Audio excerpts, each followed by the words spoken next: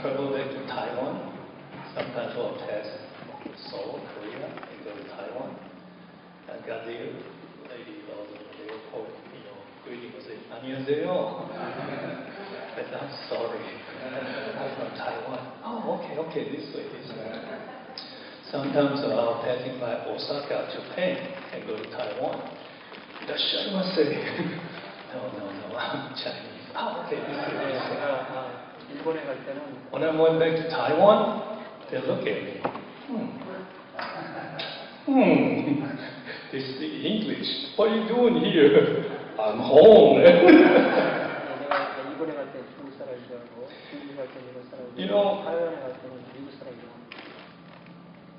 It's a story of finding who I am. I think most of our journey is finding who you are. Whether you like it or not, and it's the fact. Until you truly find out who you are, you will never satisfy. Those days I thought was not fair, but now I look back, it's a blessing from God. My name is Chang, and some of you guys maybe know my restaurant, Koto, and I shut down January 31st. And clearly I hear it from God, and I have many years of struggle, reason, pretend like I don't understand what he's saying. I just speak English, all kind of way. I try to avoid him, and I try not to. But his voice was so clear and loud. And during that time, there's a lot of people, pastors, elders, and the spiritual elders will help me, or try to guide me, or suggest me, or encourage me. But of all, you can only one question you need to ask yourself. Nobody can help you. Did you really hear from God? God is merciful God. So He will allow you to ask and ask. If you ask in the right attitude. Like Gideon, when God called him, he said, do this. And God showed him. Do this. God showed him. He truly understood it's from God. Then he despite what everybody said. He charged him. First, I want to thank God that allowed me to come here to share my testimony. And I was very humble. For as not worthy as I am, He can still use to glorify His name. So it's a really mercy of God. And second of all, I was thinking, I want to thank Pastor Cho and a couple of my friends that run into while doing outreach. And after they hear my testimony, they feel like I should come here to share my testimony. It will encourage our brothers and sisters. And I really feel pretty honored, and I want to thank them for their believing and listen to God's voice. And third one, I want to thank you all to be show up. A lot of times, now and then I might invite to different church to share testimony, or maybe share a sermon. And I always like to open with this. You are the most beautiful people. It's such a pleasure to serve the most beautiful people. It makes you feel good. And do you know why you are most beautiful people? Because Genesis chapter 1 verse 26 to 28 says that you are our image, likeness created in the woman. And you are the image, reflection of the most high living God. So you guys are beautiful.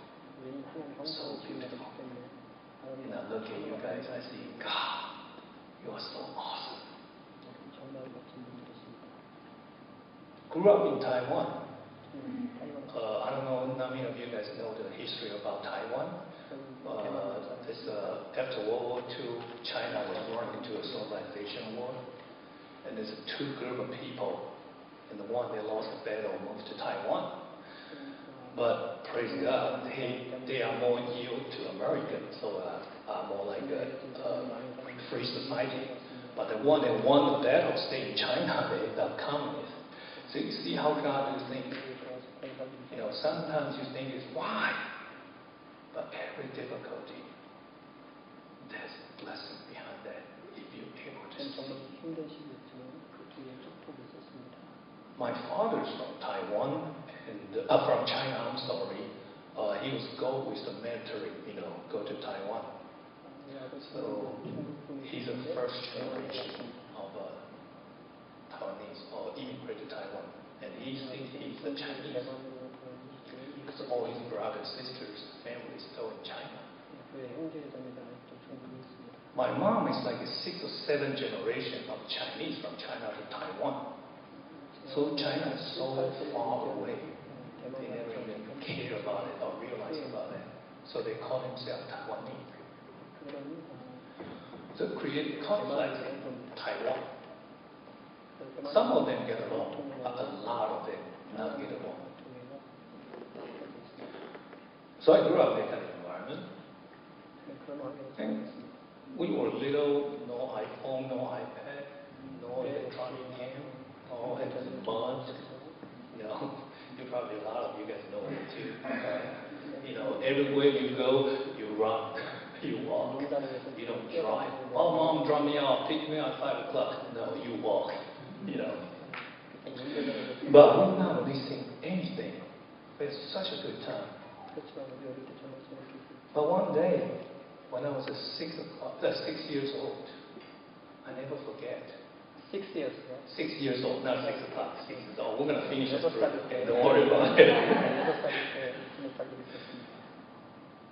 Suddenly, my childhood friend, one of them said, my dad said, you are not one of us. I said, what? Black hairs. I got yellow skin. I might have the smallest eyes. He is much bigger than me. What do you mean I want to be? Because your father.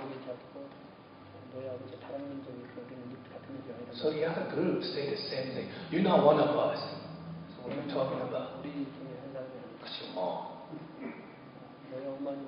6 years old, how did I know? I thought I was one of them. We have a good time together. Certainly I have identity crisis. Who am I? I never figured out. But the reality kicked in. Certainly I was that person. Never nobody want to pick, the baseball game or basketball game, and 5, 6, pick me. I'm always the last one to be picked. I never know why. I never know why. And suddenly when I grew up a little bit older, and they started getting up. And I'm the extreme minority getting up. You okay? That's the truth? Yeah. Okay. So you can understand how much bitterness in my heart.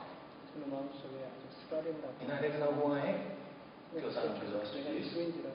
I don't belong to them. And I asked my father, he never able to give me an answer. When I first come to USA, you see the cowboys movies that if you make enough, this come out one-on-one. And I was laughing about that. If anything less than 3 is my lucky day. But not to say I'm that tough. No. The most of the time, they would beat me up so badly to the point they were so exhausted. So give me a final kick and then walk away. And I have to get up. I have to wipe my face, wipe my tears, clean everything, because if I go home, my father find out, I'll be in bigger trouble. That's how I grew up. It sounds harsh, but of course now I look back, it's the blessing of God. So with that kind of bitterness, the anguish, and I realized I need to be strong. right? I have to find my identity. Who am I? And of course, when you have that kind of attitude, you really don't want to listen to teacher.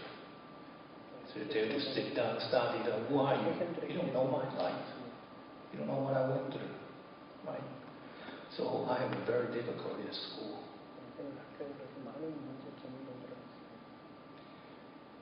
And then I couldn't stay in school. Then my parents found me a job. First they wanted me to be a mechanic. I was like a 5 foot, not even 5 foot, 4 foot something, almost 5. And 110 pounds, I think. So mechanic is too heavy. I cannot do that. That time my sister already in America. And I know I'm going to immigrate to the United States. And that's supposed to be very exciting, right? But nonetheless, they really destroyed my life. The way of it. Because I don't feel I belong to them. Anything I'm doing, 5 years later, I'm gone. So what's the big deal? What's the big deal? So since I'm planning to come to USA, my future is in the United States. So that's my sister. So what do you think? What would be good for him to learn? He said you don't want to stay in school to be a doctor or engineer or lawyer. My brother-in-law, he's a Chinese restaurant owner. And they are very successful. At the same time, I come to USA in 1991. So it's like 80s or end of the 80s. So they started seeing the Japanese cuisines getting very popular. So they said, why don't you ask him to learn Japanese cuisine? And that's how I started my journey, trying to be a sushi chef. My master is very, very old people at the time. He's about to retire, 64 years old. He's a very old school sushi master. He was the first generation Japanese chef learned from Japan. Because Taiwan was, I don't know how much of you guys know about Taiwan with Japan. It was occupied by Japan for a little over 50 years. So if you're a small kid in Taiwan, there's a certain area you can study in Japan. And my master was a very intelligent young kid. So he get attention to go to Japan study. But not long after that, World War II started. School closed. He cannot go home. Everything was blocked. So he hiding in the restaurant. A lot of them are hiding in the restaurant. And started printers. They don't make no money. Just have a food to eat. They are very grateful for it. That's how his background. So he came back to Taiwan. And Taiwan was back to Japan gave up Taiwan, came back to China. And that's when he come back. And I learned from him. And he's a very, very old school master. I remember I learned from him. Also so nervous. Every time I make a dishes, I'll bring to him. Trembling bring to him. And he like what he see, so I knew it's okay. But if you don't like what he see, that's it. Alright. 15, 16 years old, you really just not eat it. But it's long hours. And sometimes you lost focus doing something. He'll sneak behind your back. He'll grab a tofu.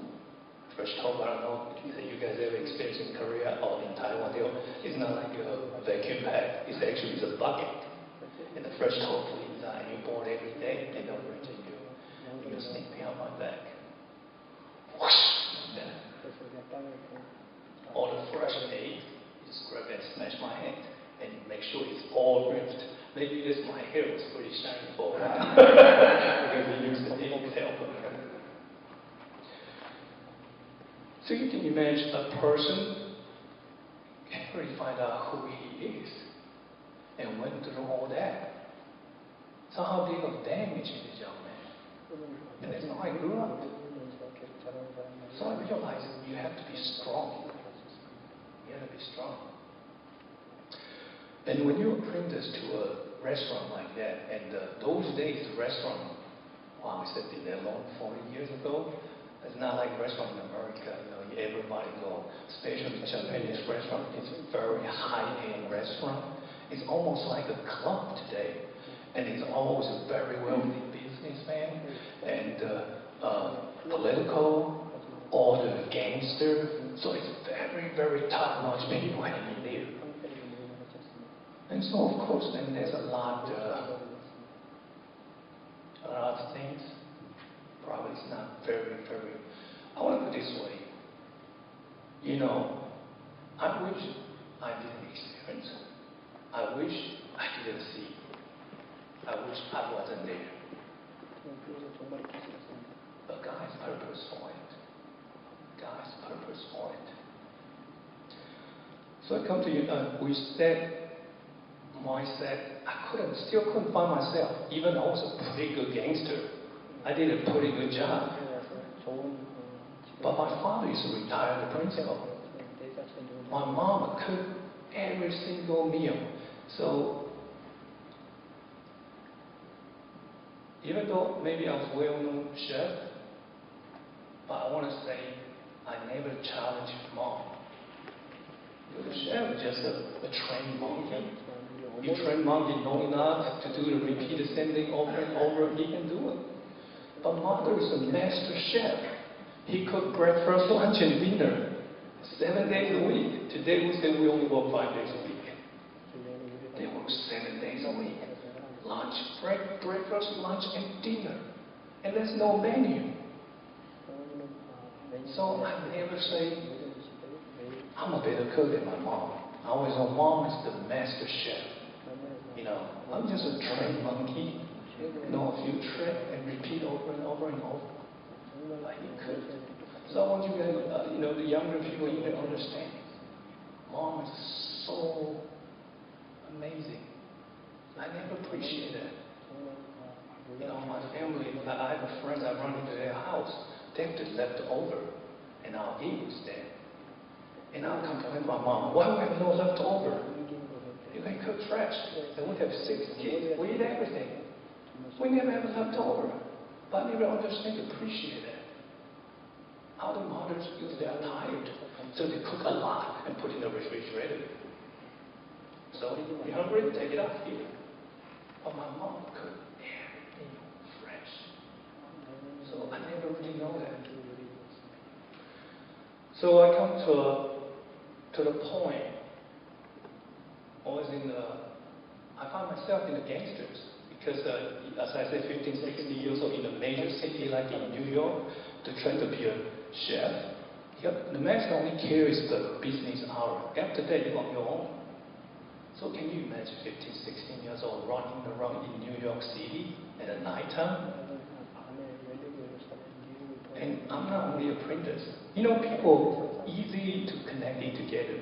There's some young kids are training in a 5-star hotel, some people train in the club, some people train. So we were just connecting together. So we like city rats. They say, I'm open door, snug in the back door. We go to the 5-star hotel, and they have a restaurant in there, so we're snuggy. Go to the sauna room, go to watch American movie. Those days, nobody can get in there. It's a very high-end customer. But we did all that. Open back door, we eat very expensive ingredients. Steal from the freezer, steal from the cooler. The restaurant open at daytime, but our business is nighttime. So we went through all that. But I still never answer the questions. I never able to be satisfied. Who am I? I can eat all the things I want. I can. We smoke, we drink, 15, 16, Asian, we don't have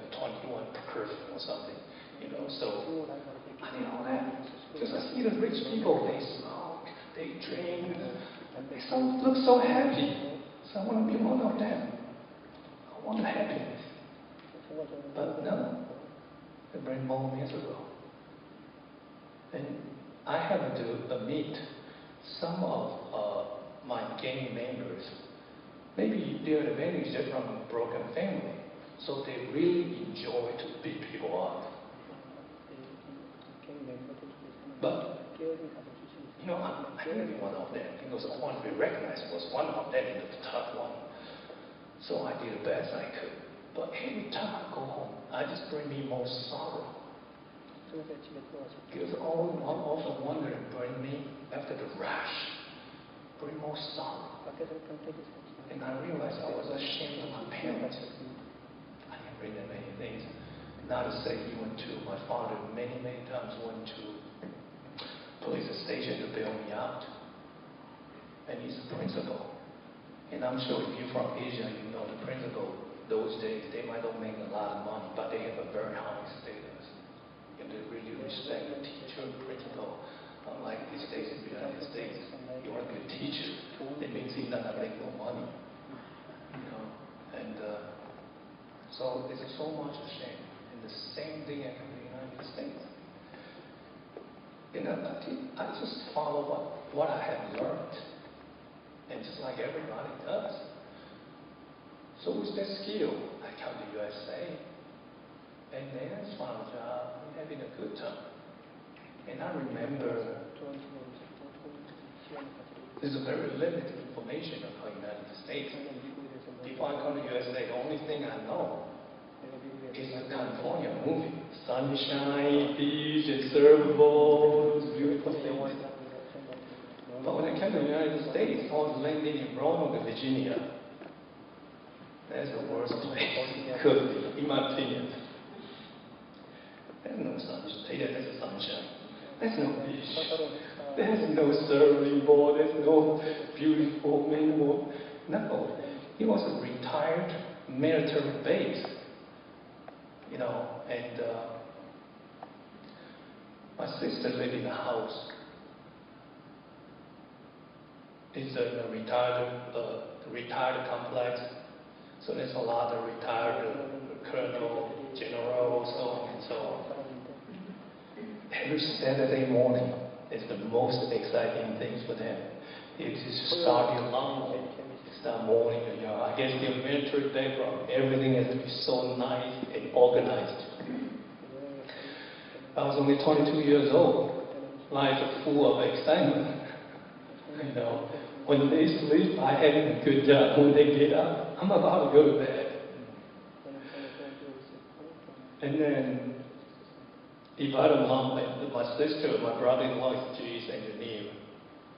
So for the longest time, they go to Taiwan, you know, because they have 4 kids. They have 3 kids.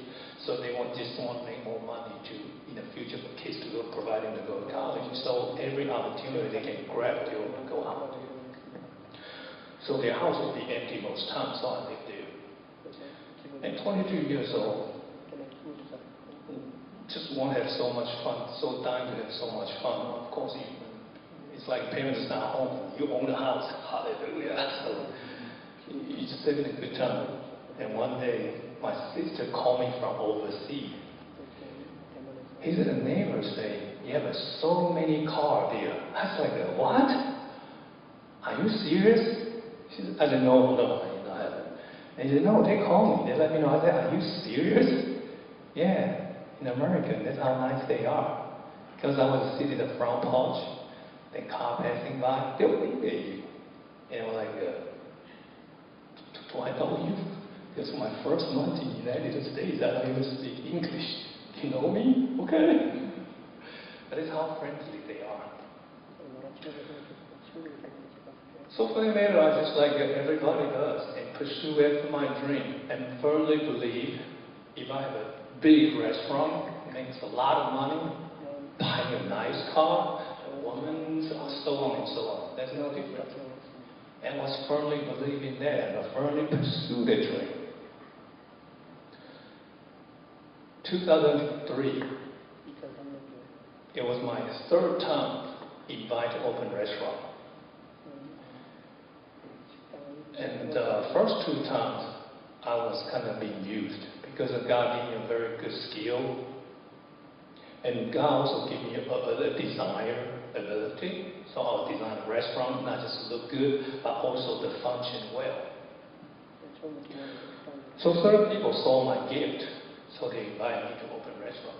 First time they betrayed me. Second time they betrayed me. They kicked me out because I don't have no money. So they asking me to provide my labor and they put the money in there. But once the restaurant started, they'll find an excuse to get me out. So we're going to say third time's the charm. Twice already, I still not learned it. Third time's happened again. In that time, I run into a bad advice because they have to make me believe I'm a part of the restaurant owner, right? So they have give me authority to write a check and do a lot of decisions, but I actually still not part of the owner. And if you know that, you know, in the business world, they can do many tricks to make you think you're owner, but you actually are not. So when I realized that, I was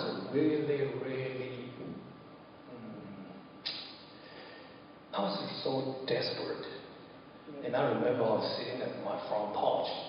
At that time, I hadn't known God yet. I was drinking, and many things in my mind was running. And I was almost want to go buy a gun and shoot them all. But I don't have the courage to kill myself, just to shoot them all. But at the same time, this is not a voice just talk to me.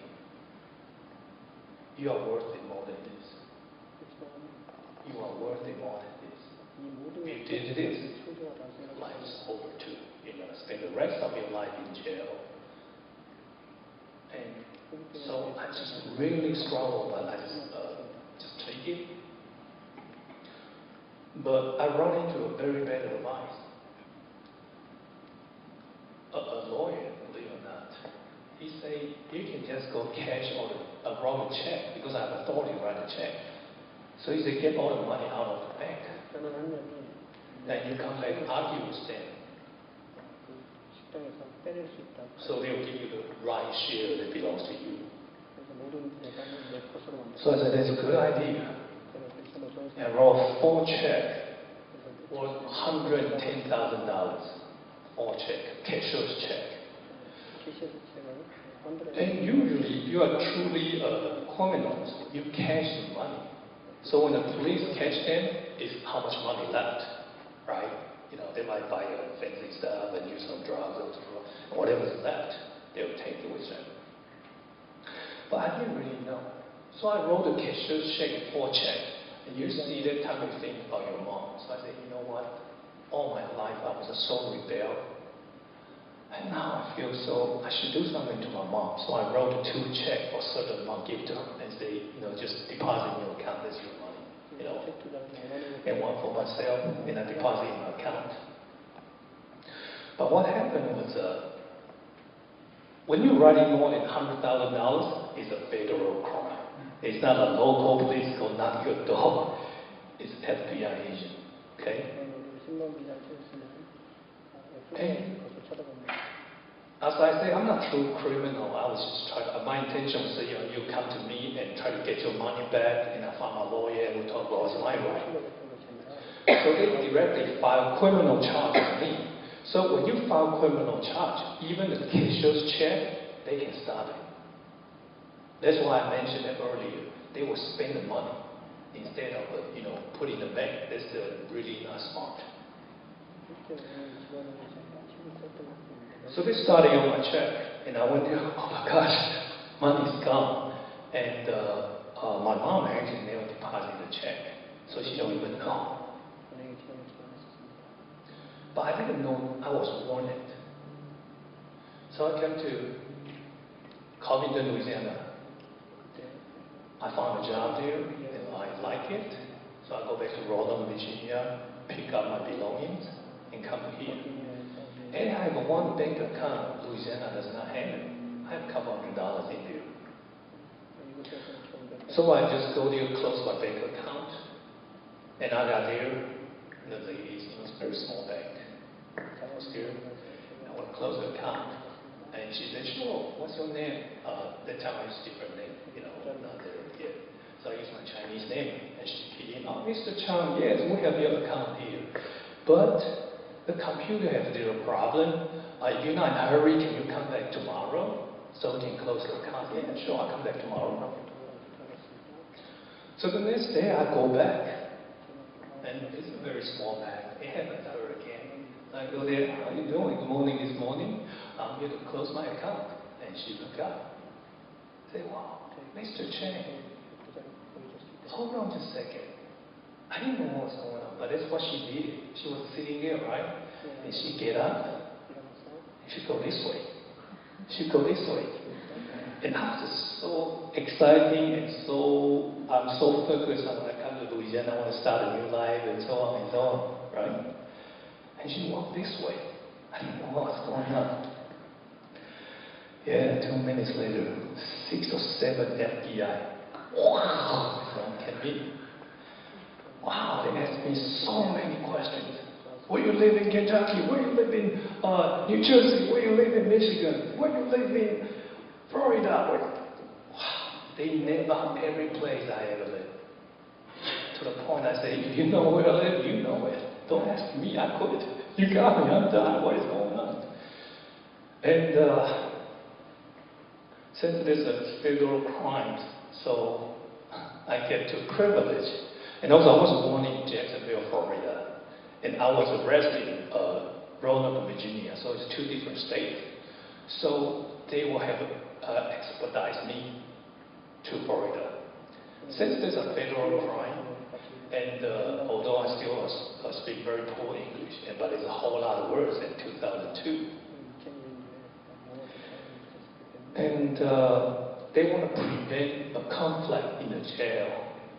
So they put me in a VIP room. I was sitting there by myself. I got all the good stuff there. And it was also my first time have a private jet experience. I don't know how many pilots on that, but there was 2 FBI agents in the me, 3 passengers. And there's a VIP check-in. The car all the way underneath the plane. I don't need to go through check-in and go all the way underneath there. And the plane was just very glamour. And I get out of the car like this, with orange jumpsuit. So this is my first time private jet experience. Then you started, when you're in that kind of position, life started reverse. What is going on in my life? What is going on in my life? Oh my gosh, if they send me back to Taiwan, I don't even know. I've been here so long, I don't even know how to make a living over there. All these things coming up. But my mother is a Christian. She married a Gentile, which is my father, and has 6 kids in 10 years. So she's constantly busy in kids. And my father is Gentile, so she's not encouraging my mom to go to church. So if you're not married yet, please find the right carry milk together, because a lot of times we think we can change. No, you can't even change yourself. Only God can change you if you want to be changed. So my mom come to me and tell me, why don't you try Jesus Christ? And I know, I heard about him. I go to church at DMT when I was younger age, and I always go. They have every 4th week, last weeks of the month, they will have a playtime, they have a cookie, they have a candy, and a lot of fun. And their weeks I always show up. First week, Bible study. Second week, discussion about Bible. Third week, so I never show up. Only the 4th week, I know it's good for them to eat and to play, to have fun. But we are created by God's image and likeness, whether you recognize it or not. So God put conscience in us. So I was like, my mom said, why don't you try Jesus? And I say, well, if I were God and look at me, I'd probably say, you deserve in jail. I've been chasing after you. You never come to me. You're such a rebel. But of course, God's not like that. I'm sure we all know the very famous phrase that the end of the man is the beginning of God. Even though you cannot find a scripture in the Bible, but definitely influenced by the Bible. So I said, you know what? I'm just gonna try. So during that time, I know what's about to happen. I'm not this stupid. I know what's about to happen to me. So I prepared information to protect myself. So I didn't even hire a private lawyer, not to say I have money. No, I don't. So I just use public defender. The first person called me, he said, "Oh, Mr. Chang, I want you to plead guilty and pay back the money." I said, "Are you kidding me? I'm not even making a dime out of this. They take all the money back." But I talked to them. That's the only way you can get yourself out. But I said, if I plead guilty and settle with the sentence, and I only got a green card, and after I finish my sentence, they will have to send me home. How can I do? So I said, no, I can't. So at that time, I started saying, God, if you're for real, you need to show up. And I still come to Carpenter working. And I had to go back to Jacksonville, Florida, driving there to appeal to the court. Everywhere I go, postpone it. Go, postpone it. There's so much stress in me. 7 or 8 times I said, God, do you really exist? It's time, man. I'm really about to. It's just so much pressure, physically, spiritually, emotionally. I just really can't drag this anymore. I received a phone call from a lady. She's a lawyer. She said, Mr. Chang, I don't know what happened to the previous lawyer, but maybe he's too busy or whatever. He just no longer handle my case. And she said, I'm going to take over. So try to explain to me what's going on first before I dig in your information. And so I explained to her. And she said, I don't think there's any case in you. What's wrong with that? If they want to put you in jail, they got to pay a lot more. I was like, yeah, finally somebody knows. She said, let me go check it out, and I'll let you know. 2 days later, she called. She said, they dropped the charge. So I walked away for a minute. So I still have to get my citizenship. After 9/11, I was so touched. I don't know if you guys remember the commercial, 9/11. The black people, I am American. There's white people, I am American. There's Asian, I am American. I was so touched by the commercial. If a brother James, the way you look, you born in China and never get out of their country once, you still never be Chinese. Because you look different. They have a prototype, the Chinese will look at the black hair, yellow skin, small eyes, or big eyes, whatever. Right? That's the Chinese. So I was so touched. Wow. If you love this country and you will be productive, you are America. Wow. I finally find my identity. So I take citizenship. But the most true identity is child of God. Is child of God. Honestly, when I get out of trouble, I still don't really believe in God. But my mom would say, you need to go find a church. And the church preached my mother's native language, which is very rare. But the God we serve beyond our understanding. I found a church in Louisiana, Canada. Can you believe? I walked in, there's 6 or 7 people, very old run-down church, and nobody there. And I got into there. They play a song. They said it's a magical hands open blind man's eyes. Did the crippled man get out, walk? Paralyzed get out and raise the dead. I said, yeah, whatever, But somehow in my spirit, now I say it's in the spirit, but at that time I had no clue at all. Despite all my understanding, I said, that's impossible. But something in my heart keeps saying, it's possible. It is. Believe or what I have went through, do you know how much anger was in me? I was just standing behind the church. My face was so tight. My emotion was to the point. And in the vision, I give us CDs. You know the musician, right?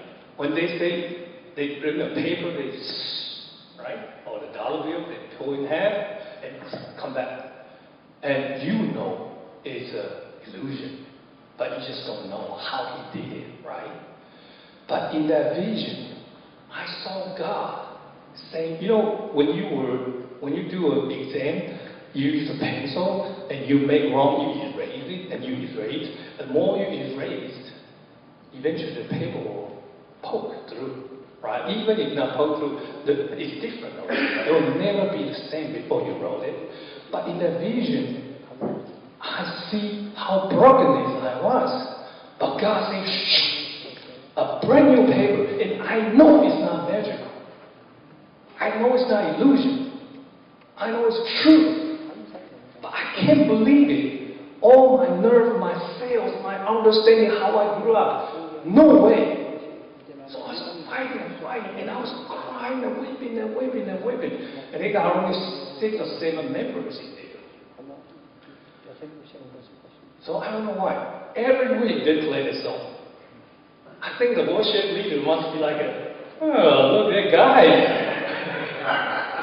Oh, finally somebody responded to the song. I don't know, it just feels like every week they play the song. There's a magical hand, the blind man will open, the cripple get up, and the raise the dead, and the same vision is happening. I just keep on crying and crying and crying. I don't even have a clue. And my heart was but during that time, now I look back, God is healing me, releasing me. That last day. So in a period of time, once I put myself together, the desire to open a restaurant came. So I said, God, if you can give me a small restaurant, I said, God, if I cannot open for, despite the previous experience, I say, if I'm not meant to be a restaurant owner, just let me be a chef. I want the rest of my life to be a chef. But you know how God is big God. He has a plan for you. He has a plan for you. So he gave me I don't know if you guys are familiar with it or not, the Code at College Drive, CrossFit on Walmart. It was my first restaurant. And I took over that restaurant. Oh, I don't have much time left. So anyway, by 2009, I moved to CD Place. I was in a stage of good Christians. Last year's retreat, I was sharing with them. I say, you don't need to know God to be a good people. If you're good according to this worldly standard. You know, a lot of Muslims are good people. They're not all terrorists. A lot of them are good. Buddhists and a lot of them are good. So you even need to know God to be a good people. And even I step into church, you don't even know Jesus to be a good Christian. I was a model Christian. I lived in Baton Rouge. I drove to Canada. I lived the furthest one. I was the first one to show up for 7 years, time by time. Do things I do. I worship, leading, I preaching, I clean the restaurant. You name it, I did it all. I cook. I opened my restaurant ministry. I provided sushi, everything. I'm not sure they for the ministry, for the gospel or what, but food surely attracted them. For 7 years, I was a role model Christian. But I don't know Jesus. I don't. In my heart, I really don't know Him. I have to imitate Him. And there's a certain people, they might not, they're excellent, but something in them, their confidence, their peace, I know I don't have it. I want that. So I was pressing, I said, God, His word was just so intimidating. And if you don't show up, I have to dive into His word. It's too hard to live the way you are there, all Christian. Like the political, they teach you how to wave, how to smile. inside I'm struggling. All kinds of things, greedy, envy, pornography, lying, pride, arrogance, you name it, I have them all. And just so struggle. I can't take this no more. Either you're going to show up, or I'm going to dive in. I can't take this no more. And I'm tired of, look at my brother there, and I'm awesome. I know I'm not. So God really shows up. God really shows up. I don't know, do you guys, your guys desire to experience God? Any of you desire to experience God? Right? Your desires. So, usually when you experience God, in your own personal experience, whether you win the lottery, or maybe you don't win the lottery, but when you feel God, sense or experience God most, is when you're in a difficult time. So you see, we say, God, I want to experience you. But how come you cannot experience God? Because you don't want to put up with it. Because the Bible clearly says, if you want to follow me, this world's going to persecute you because they persecute me first.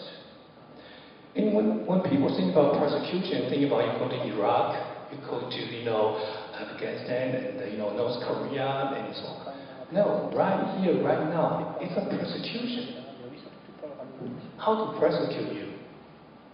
How's your eyes look at men, look at woman? How's your mouth going to talk? How are you going to react to the things when people get together and talking about something ungodly? Are you going to join them? Or are you going to walk away from them? Or are you going to confront them? It is all persecution. So a spiritual man is always walk against the wind. And when you're against the wind, and you know,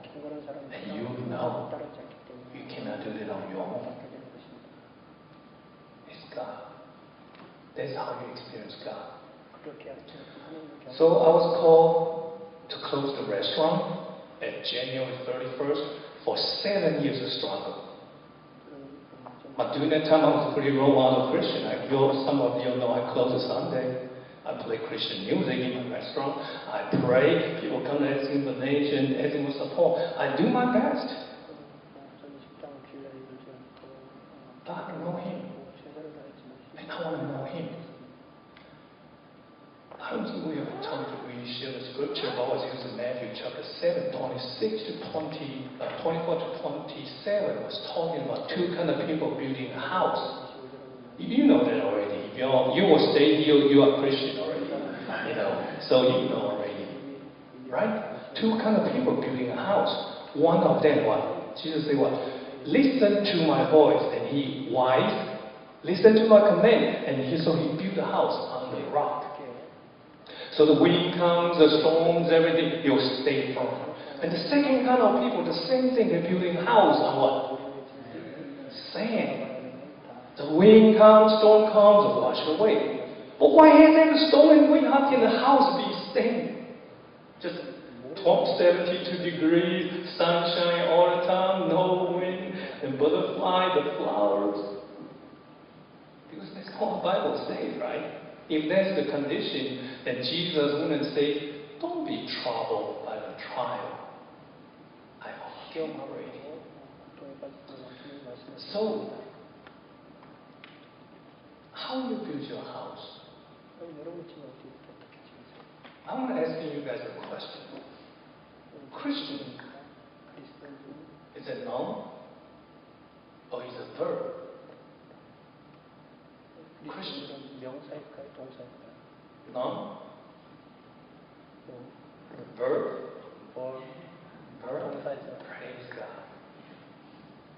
Christian is verb. The first Christian Advent was in church of Antioch. Those strangers, the way they talk, the way they walk, the way they make a decision, it reminds them of somebody else. It reminds them of Jesus Christ. the foolish man on the whole planet.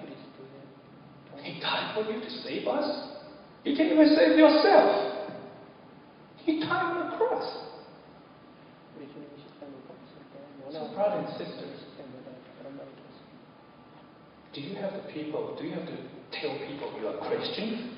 Well, I didn't know you're Christian. Oh my gosh. Later, let me know. Next time when I'm around you, I'll make sure I don't say those bloodstained words. Oh, they say these guys are crazy. These ladies are weird. When everybody give a 10 and give a $20 change, just run with that.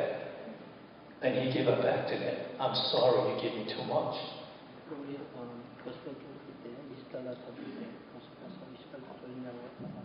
What's Christians about? Apostle Paul was shunned by the light. He was on his way to persecute Christians, right? The true light shine on me.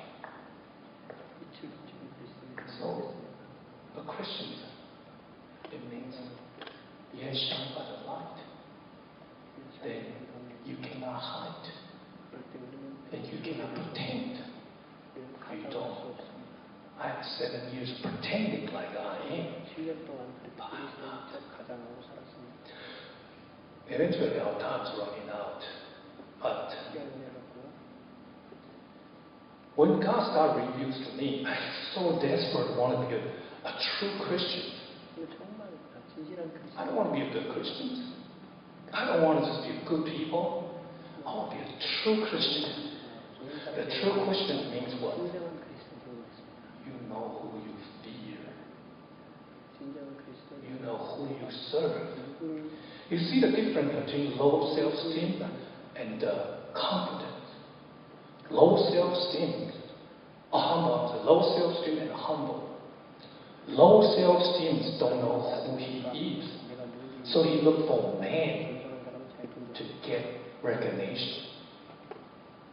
Humble is the one that knows who he serves, knows who he fears. And a humble person, a lot of time in his word, will look cocky with attitude. Because, why?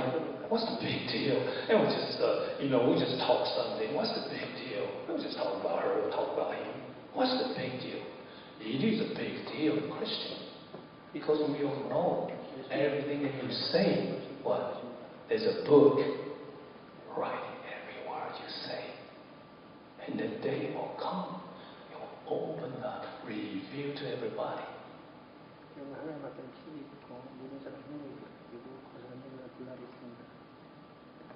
So after reasoning with God, I finally decided, okay, I'm going to close my restaurant, as you asked me to. And I say, maybe you want me to sell the restaurant. Maybe, no, I want you to close the restaurant. And I forgot to use, I'm not very good at English. Can you speak Chinese? Or something like that. But very clearly he told me to shut the restaurant down. So I closed the restaurant.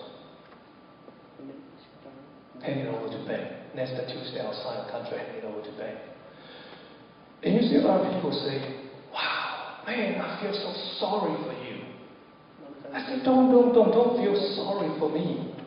Because I was praying about this. I said, I want to follow you. I want to truly to know you. I want to build up the intimacy relationship with you. And God said, okay. Whoever want to follow me, what? Give it up everything. Carry your cross. I'm not suggesting you guys sell your house, sell your restaurant, sell your belongings. No, it's not like that. That's not what I meant. But what I meant is you need to find out what is your call. What God called you to do. And are you building a house for your own glory? Genesis chapter 11, the Babel Tower, right? Oh, let's get together. There was one language. It said, let's get together building a tower. So what? To glorify ourselves. What happened? What happened? That building was decaying Babel. Iraq. Oh, that's another person that building house is King David. And I was sharing with I think it's First Chronicle. King David, his whole life. In Chronicle 11, he say what? Tons of gold, tons of silver, copper. Man can't even count. But God said, no, he cannot build a house for me. Because you can kill people, you fight many wars. You know, I don't know about you guys. If I was me, if I was King David, really? All right, man, I'm going to spend everything now. You want to use my son? Go ahead. But of course, King David didn't do that. That's why he knows God's heart. What he did, he called out his son, King Solomon. Son, you're still young. And he called all his director around him. Help my son to build his kingdom, his temple for God. So, brothers and sisters, I want you guys to know what God called you to do. Do you know the calling? The man's first calling is not pastor, it's not missionary. We need to go back all the way to Genesis. If you look at Luke, 14 generations, trace all the way back to Adam, Son of God.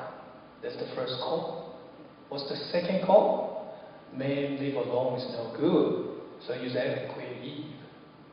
So suddenly, he's not a man at home, alone. There's a woman. And then they married, and he's a husband. And they have a child. He's the father. And then pastor. And then missionary. So what is your call?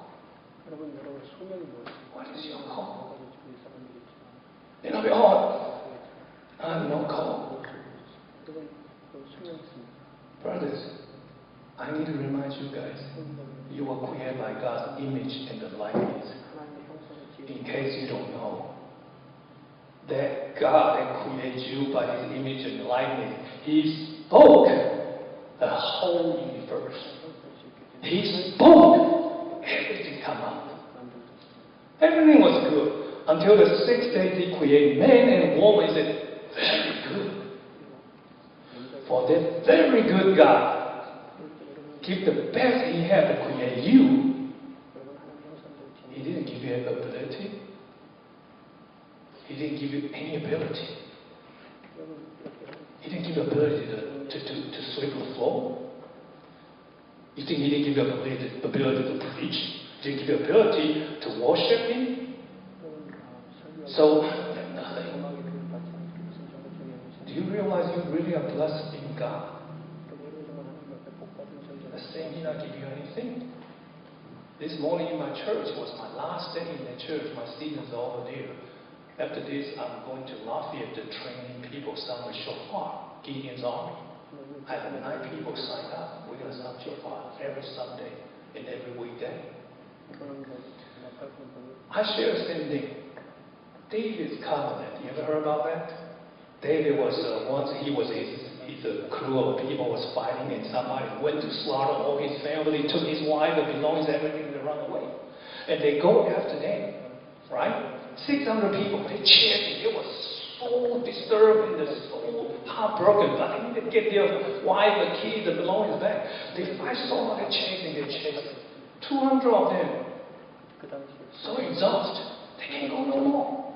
So they said, okay, you'll stay here, watch. And our father go. When they conquer everything back, this father said, hey, wait a minute. He didn't go with us. He didn't go with us. We're not going to share this with him. What David said. His people and they get equal amount of reward. God is the same thing.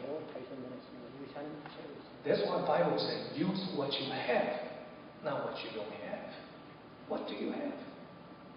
Do you know the person preaching over you, the person cleaning the garbage can in the bag? They receive the same reward. It's because the heart. If God